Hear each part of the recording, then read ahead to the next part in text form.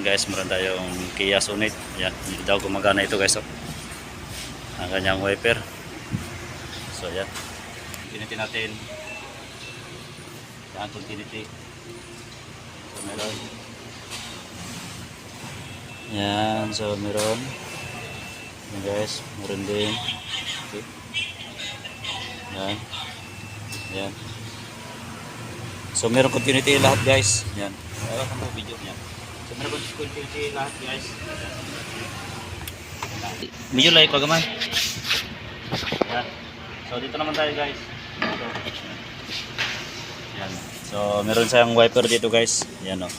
Ayaw pa na. Ana ba? Ana lang. Nasa 15 amperes oh. Yan sa wiper natin. So yan. So dito guys, videoan mo dito guys. Yan.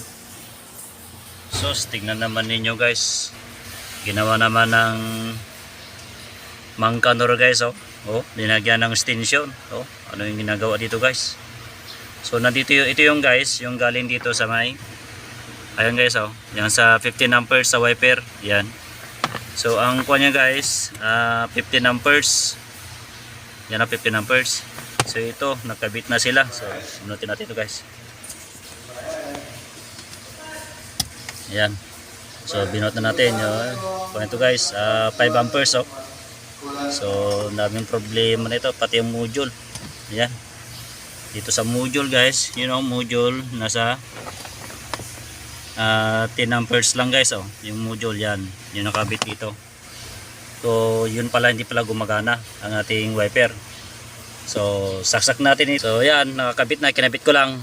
Para tingnan natin kung gagana ba ito o hindi. Kasi sila naggawa nito guys. So yan. So yan, so start natin. Ayan, so naka-start na. So kung natin wiper. Ayan, dito likod.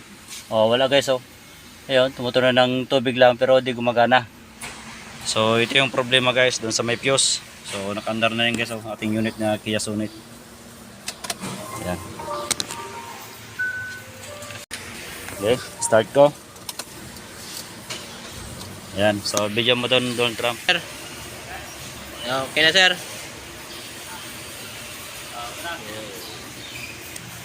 Okay. So yun lang guys, yung fuse lang ang problema. So nakatak sila dito. Dito na. So balik po talaga guys. Yan. So hindi pa yung sa kanya talaga na wiper, yung fuse niya. Hindi sabihin, talaga may problema talaga guys.